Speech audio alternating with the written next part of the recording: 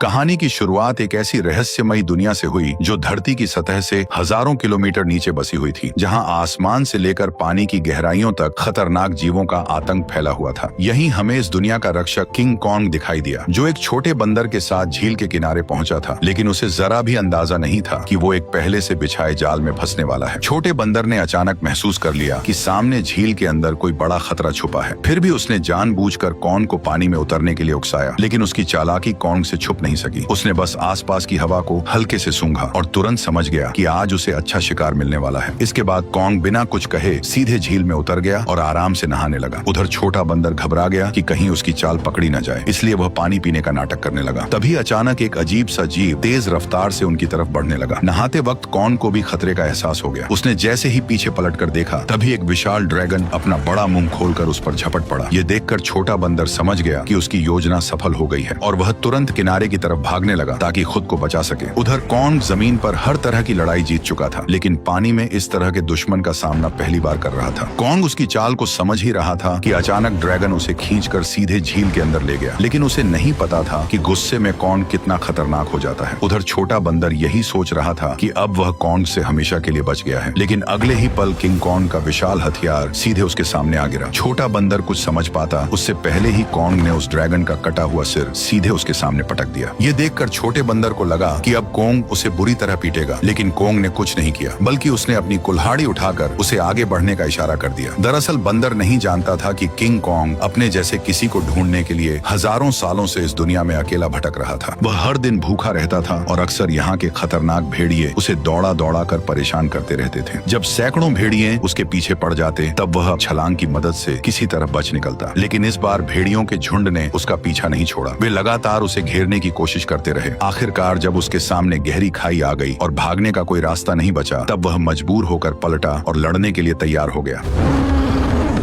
भेड़िए सोच रहे थे कि इस बार शिकार आसान होगा, लेकिन उन्हें अंदाजा नहीं था कि किंग कॉन्ग पहले से ही जाल बिछाकर बैठा था। जैसे ही एक भेड़िए ने छलांग लगाई, तभी अचानक कॉन्ग का जाल एक्टिव हो गया और भेड़िया तुरंत ट्रैप में फंस गया।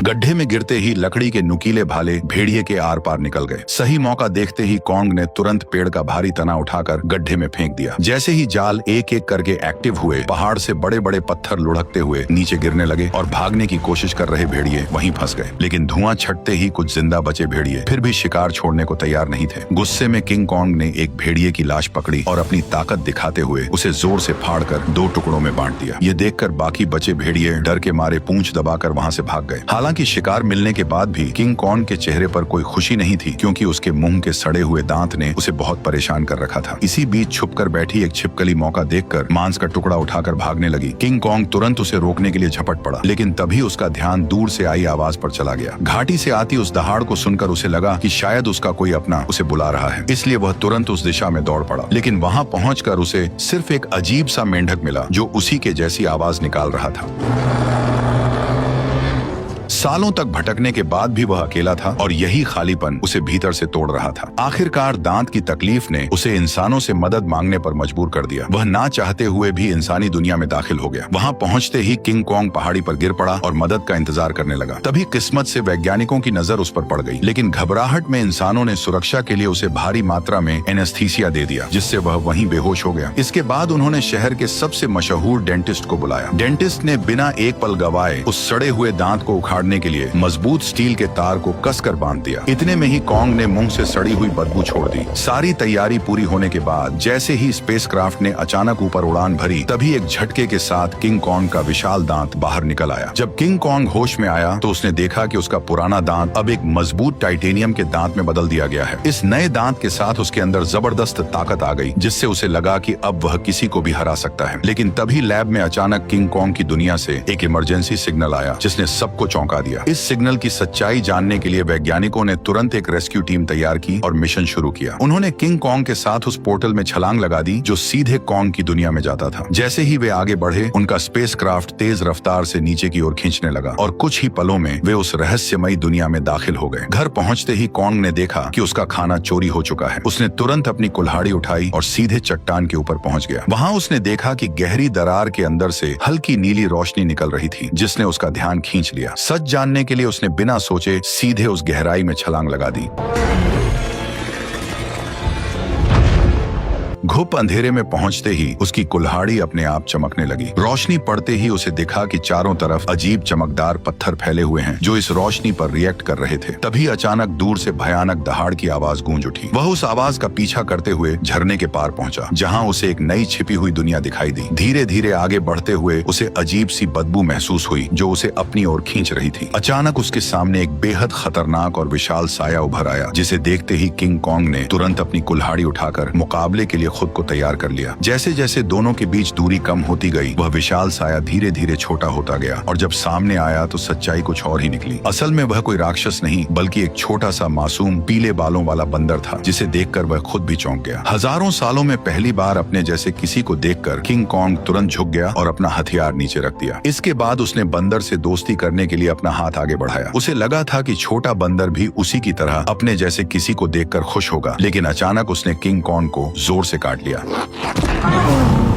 इतनी मुश्किल से अपने जैसे को ढूंढने के बाद किंग कॉन्ग उसे इतनी आसानी से जाने नहीं देना चाहता था, इसलिए वह बंदर के पीछे दौड़ पड़ा। लेकिन तभी अचानक उसके पीछे एक डरावना साया आ खड़ा हुआ, जिसे देखकर वह बुरी तरह चौंक गया, क्योंकि उसने आज तक अपने साइज का कोई गंजा गोरिल्ला नहीं देखा था। जैसे ही कॉन्ग उसकी ओर बढ़ने लगा, तभी अचानक दो लंबे हाथों वाले गोरिल्लाओं ने पीछे से आकर उसे जोर से जमीन पर गिरा दिया। गंजे के चेहरे की मुस्कुराहट देखकर साफ था कि वे लड़ाई के इरादे से ही आए थे, इसलिए किंग कॉन्ग ने भी अब उन्हें मारने का इरादा कर लिया। उसने तुरंत पत्थर उठाया और सीधे गोरिल्ला पर दे मारा। गुस्से में गंजा भी उस पर हमला करने दौड़ पड़ा, लेकिन कॉन्ग ने चालाकी से उसे भी मात दे दी। कुछ ही पलों में वह सबको जमीन पर गिराता चला गया, यहाँ तक कि गंजा कॉन्ग की कुल्हाड़ी को हाथ में लेकर भी कुछ नहीं कर पाया और चारों खाने चित हो गया। जैसे ही किंग कॉन्ग अपना हथियार उठाने बढ़ा, तभी छोटा पीला बंदर अचानक दौड़कर आया और उसके चेहरे पर झपटकर हमला करने की कोशिश करने लगा। ये देखकर किंग कॉन्ग ने उसे भी पकड़ लिया और उसी को हथियार बनाकर बाकी गोरिल्लाओं की जमकर पिटाई कर दी। हालांकि वे जानते थे कि वे किंग कॉन्ग का सामना नहीं कर सकते, फिर भी वे बारी बारी से उस पर हमला करते रहे। इसी बीच एक बंदर गलती से खाई में गिर गया, लेकिन किंग कॉन्ग ने फुर्ती दिखाते हुए उसे तुरंत पकड़कर ऊपर खींच लिया। लेकिन एहसान मानने की बजाय उसने जमीन से चाकू उठाकर किंग कॉन्ग पर वार कर दिया। यह देखकर किंग कॉन्ग का गुस्सा भड़क गया और उसने एक जोरदार लात मारकर उसे फिर से गहरी खाई में फेंक दिया। ये हाल देखकर गंजा डर गया और तुरंत पीछे मुड़कर भागने लगा। किंग कॉन्ग ने पास पड़ा पत्थर उठाकर उसकी तरफ फेंका, जो सीधा जाकर उसके सिर में जा लगा। चोट लगने के बाद भी वह कुछ बड़बड़ाता हुआ बिना पीछे देखे वहां से भाग गया। तभी किंग कॉन्ग ने पेड़ों के बीच में छुपे उस बंदर को पकड़कर बाहर निकाल लिया और जोर से जमीन पर पटक दिया। इसके बाद उसने जमीन से गंजे का गिरा हुआ चाकू उठाया और छोटे बंदर को इशारा किया कि वो उसे गोरिल्ला के ठिकाने तक ले जाए। बेचारा छोटा बंदर मजबूरी में आगे आगे चलने लगा और किंग कॉन्ग उसके पीछे पीछे बढ़ता गया। जैसे जैसे वे अंदर की ओर बढ़ते गए, वैसे वैसे उन्हें वहाँ कई सारे खतरनाक जानवर दिखाई देने लगे, लेकिन इस शांत दिखने वाली जगह के अंदर हर कदम पर खतरा छुपा हुआ था। छोटा बंदर बचने के लिए चालाकी से उसे उस इलाके में ले गया जहाँ विशाल ड्रैगन रहता था, लेकिन उसे क्या पता था कि किंग कॉन्ग के सामने उसकी यह चाल ज्यादा देर टिकने वाली नहीं थी। अचानक एक विशाल ड्रैगन उसके सामने आ खड़ा हुआ, लेकिन कॉन्ग ने डरने की बजाय कुछ ही मिनटों में उसका काम तमाम कर दिया और फिर आराम से बैठकर उसे खाने लगा। यह देखकर छोटा बंदर भी उसके पास आना चाहता था, लेकिन डर के कारण हिम्मत नहीं जुटा पाया। किंग कॉन्ग ने उसकी हालत देखकर खुद ही मांस का टुकड़ा तोड़कर उसकी तरफ बढ़ा दिया। फिर भी छोटा बंदर उस पर भरोसा नहीं कर पा रहा था। ये देखकर किंग कॉन्ग गुस्सा हो गया और उसने मांस जमीन पर फेंक दिया, जैसे कह रहा हो खाना हो तो खा वरना भाड़ में जा।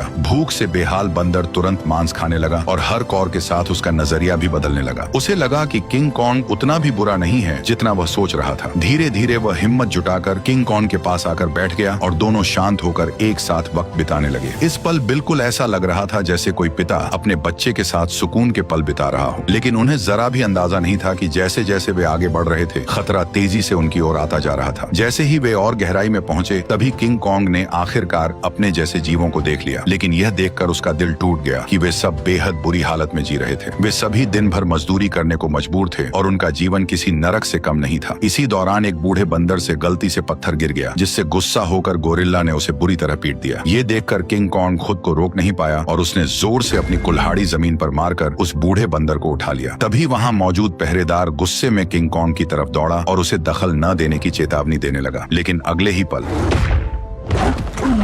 किंग कॉन्ग की हिम्मत ने बाकी बंदरों में उम्मीद जगा दी, लेकिन उसी वक्त भागा हुआ गंजा ये सब देख रहा था। उसने तुरंत जाकर यहाँ के राजा स्कार किंग को सब कुछ बता दिया। गोरिल्ला की बातें सुनते ही स्कार किंग का गुस्सा फूट पड़ा। जैसे ही वो अपने सिंहासन से उठा, रास्ते में आने वाले सभी बंदर उसके सामने झुकते चले गए, लेकिन किंग कॉन्ग बिना डरे वहीं खड़ा रहा। स्कार किंग ने ध्यान से उसे देखा और कॉन्ग के मुंह में लगे स्टील के दांत को देखकर वो हंस पड़ा, लेकिन अगले ही पल उसने अपना गुस्सा निकालने के लिए एक बंदर को लात मारकर धधकते लावा में फेंक दिया। ये देखकर किंग कॉन्ग का गुस्सा अपने चरम पर पहुंच गया। अपनी ताकत दिखाने के लिए स्कार किंग ने अपने कंधे से हथियार निकाला और किंग कॉन्ग को सबक सिखाने के लिए खुद को तैयार कर लिया। किंग कॉन्ग ने भी तुरंत अपनी कुल्हाड़ी उठा ली और दोनों के बीच भयंकर लड़ाई शुरू हो गई। लंबे हथियार का फायदा उठाते हुए उसने अचानक हमला कर दिया और किंग कॉन्ग एक पल के लिए भी संभल नहीं पाया। स्कार किंग ने हथियार पर लगे क्रिस्टल की मदद से कॉन्ग पर कई सारे वार कर दिए। गुस्से में आकर कॉन्ग उस पर टूट पड़ा। ताकत के मामले में वह किंग कॉन्ग के सामने टिक नहीं सकता था, इसलिए वो कॉन्ग से दूरी बनाकर लगातार वार करने लगा और किंग कॉन्ग धीरे धीरे पीछे हटने पर मजबूर हो गया। इसी बीच किंग कॉन्ग की कुल्हाड़ी भी उसके हाथ से छूटकर जमीन पर गिर गई। मौका पाकर उसने अपने हथियार से किंग कॉन्ग का गला जकड़ लिया और उसे काबू में करने की कोशिश करने लगा। स्कार किंग को लगा कि अब उसने लड़ाई जीत ली है, लेकिन किंग कॉन्ग ने पूरी ताकत लगाकर उसे उठाया और जोर से जमीन पर पटक दिया।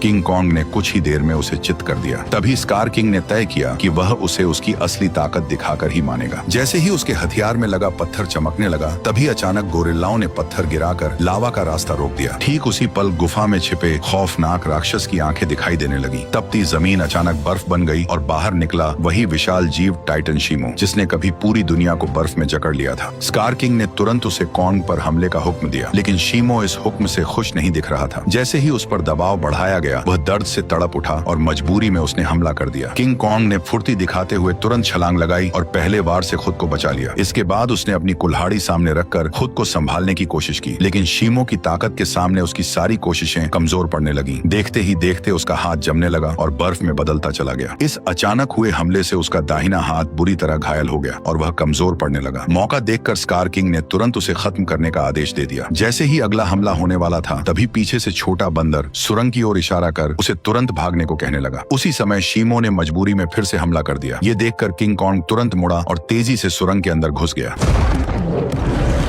लेकिन अभी भी उसके पीछे सैकड़ों खतरनाक बंदर लगे हुए थे। अच्छी बात यह थी कि सालों से यहाँ रहने के कारण कोंग ने जंगल में कई जाल बिछा रखे थे, लेकिन उन बंदरों की गिनती इतनी ज्यादा थी कि घायल कोंग को उन्होंने जल्दी ही एक बंद रास्ते में घेर लिया। अब उसके पास सिर्फ यही आखिरी जाल बचा था जिस पर वह भरोसा कर सकता था। लेकिन जो बंदर रास्ते भर जाल में फंसते आए थे, इस बार अचानक सतर्क हो गए। उन्होंने तुरंत जमीन पर पड़ी उस बेल को देख लिया जो जाल को एक्टिव करने के लिए थी। जब कोंग ने देखा कि उसका प्लान फेल हो चुका है, तब उसे लगा कि अब उसका अंत करीब है। ठीक उसी पल पहाड़ी के ऊपर लगा जाल अचानक एक्टिव हो गया और सैकड़ों टन भारी पत्थर सीधे उन पर गिर पड़े, जिससे वहां मौजूद सारे बंदर उन पत्थरों के नीचे दब गए। तभी कोंग ने देखा कि जाल को एक्टिव करने वाला कोई और नहीं बल्कि वही बंदर था।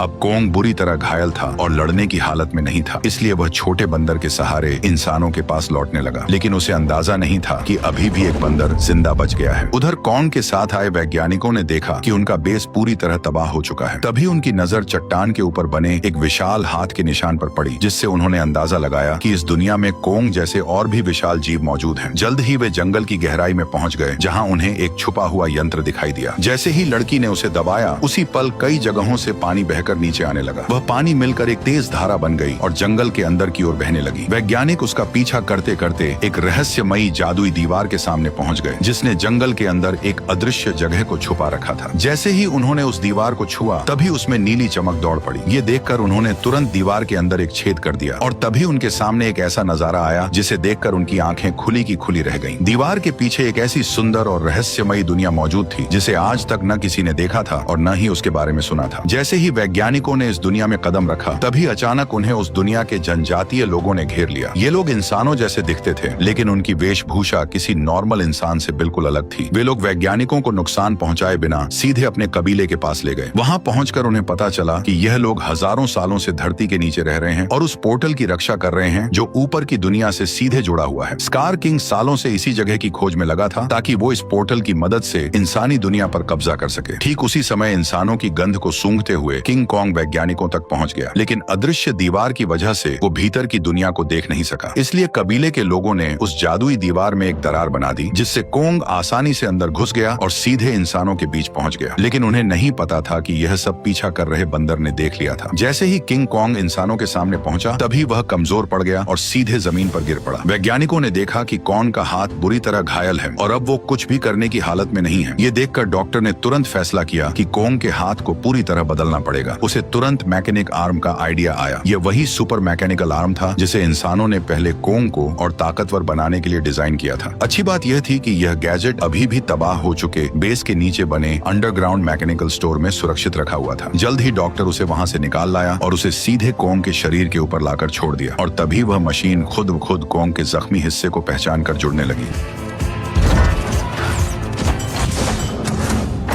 जैसे ही उस हाथ के अंदर की खास दवा कॉन्ग के शरीर में पहुंची, तो बेहोश कॉन्ग को जैसे नई ताकत महसूस होने लगी। उसके चेहरे की खुशी साफ बता रही थी कि वह इस नए हथियार से काफी खुश था। लेकिन तभी अचानक छोटा बंदर जंगल के अंदर से भागता हुआ वहां आ पहुंचा। उसने कॉन्ग को बताया कि स्कार किंग पोर्टल की जगह का पता लगा चुका है और वह शीमो के साथ मिलकर कबीले पर हमला करने वाला है। अकेला कॉन्ग स्कार किंग और शीमो का सामना नहीं कर सकता था, इसलिए उसके पास सिर्फ एक ही रास्ता बचा था, इंसानों की दुनिया में जाकर कई सालों से सो रहे गॉडजिला को जगा देना। लेकिन उसे बिल्कुल अंदाजा नहीं था कि जिसे वह अपनी मदद के लिए बुलाने जा रहा है, वही गॉडजिला उसके लिए सबसे बड़ा खतरा साबित होने वाला है। अचानक पिरामिड के आसपास की जमीन तेजी से हिलने लगी और नीचे से एक मैकेनिकल हाथ बाहर निकल आया। यही वह जगह थी जो धरती तक पहुंचने का पोर्टल खोलती थी। जल्द ही कॉन्ग पोर्टल से बाहर निकल आया। कॉन्ग की आहट महसूस होते ही गॉडजिला अचानक नींद से जाग गया और बिना एक पल गवाए सीधे उसकी तरफ बढ़ने लगा। जैसे ही वो कॉन्ग के सामने पहुंचा, तब गॉडजिला को लगा कि कॉन्ग उसे चुनौती देने आया है, इसलिए वो बिना एक पल गवाए पूरी रफ्तार से उस पर टूट पड़ा। उसकी आंखों में भरा गुस्सा साफ बता रहा था कि वह कॉन्ग को जिंदा छोड़ने वाला नहीं है। तेजी से अपनी ओर बढ़ते गॉडजिला को देखकर कॉन्ग ने हाथ उठाकर उसे समझाने की कोशिश की, पर गॉडजिला अब किसी भी बात को सुनने वाला नहीं था। उसने सीधे टक्कर मारकर कॉन्ग को सैकड़ों मीटर दूर फेंक दिया।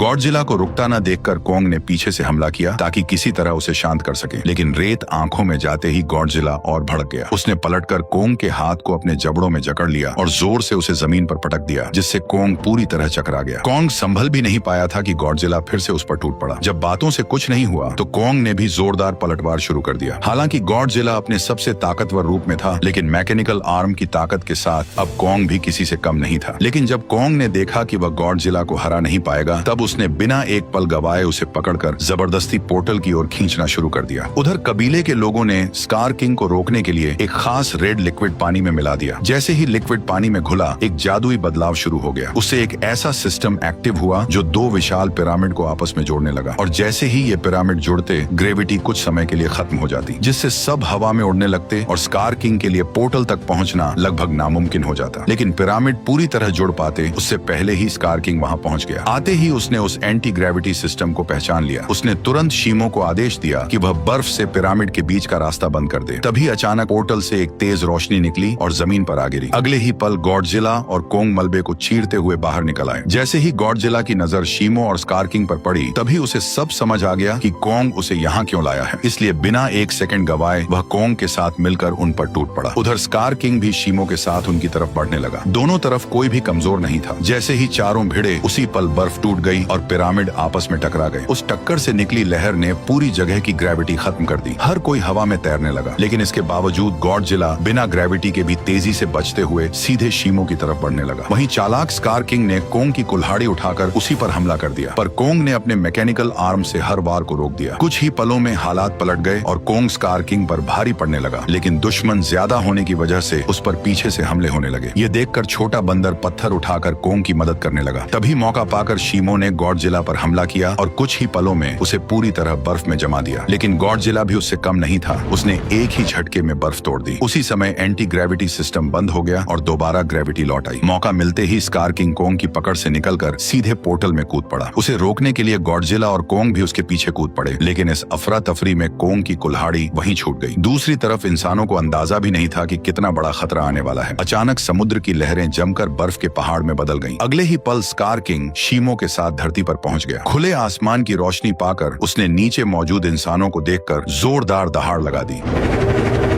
अब उसे लगा कि पूरी दुनिया पर राज करने का समय आ गया है। उसने शीमो को आदेश दिया कि वह आसमान को जमा दे। शीमो ऐसा नहीं करना चाहता था, फिर भी मजबूरी में उसने हर तरफ बर्फ बरसानी शुरू कर दी। देखते ही देखते इमारतें भी इस तबाही में जमकर टूटने लगी। जब स्कार किंग को लगा कि अब उसे कोई नहीं रोक सकता, तभी कोंग ने एक जोरदार मुक्का मारकर उसका 3 टन का दांत जमीन पर गिरा दिया। गुस्से में स्कार किंग ने कोंग पर हमला करने का आदेश दिया, लेकिन उसी समय गॉडजिला वहां पहुंच गया और उसने शीमो को रोक लिया। अब बिना शीमो की मदद के स्कार किंग ज्यादा देर टिक नहीं सकता था, इसलिए उसने एक विशाल इमारत उठाकर कोंग की तरफ फेंक दी, लेकिन उससे कोंग को कोई खास नुकसान नहीं हुआ।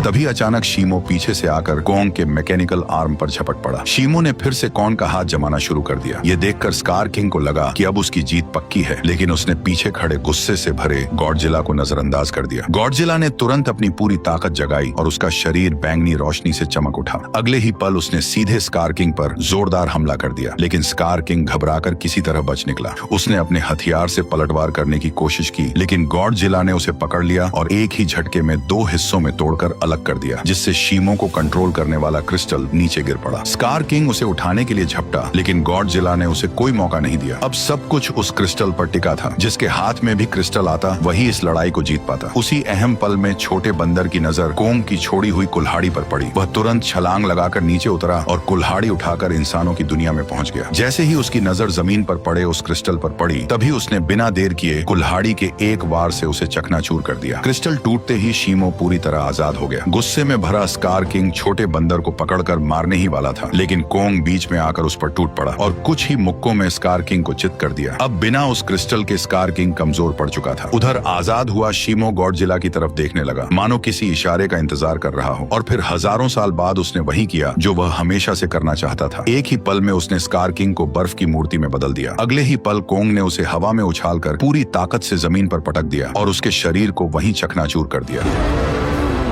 अब लड़ाई खत्म हो चुकी थी, लेकिन दुनिया को ठीक करना बाकी था। तभी गॉडजिला ने आसमान की ओर देखकर जबरदस्त ऊर्जा छोड़ी, जिससे काले बादल छट गए और सूरज की रोशनी धीरे धीरे धरती पर लौट आई। इसके बाद गॉडजिला अपने इलाके में लौट गया और फिर गहरी नींद में सो गया और कोंग अपने नए साथी के साथ धरती के भीतर वापस लौट गया, जहां वह अपने कबीले के साथ मिलकर एक नई शुरुआत करने लगा। वैसे मैंने अभी एक नया चैनल बनाया है जिस पर बहुत सारी शानदार वीडियोस आने वाली हैं। लिंक कमेंट में है, तो जाकर उसे भी सब्सक्राइब कर लो।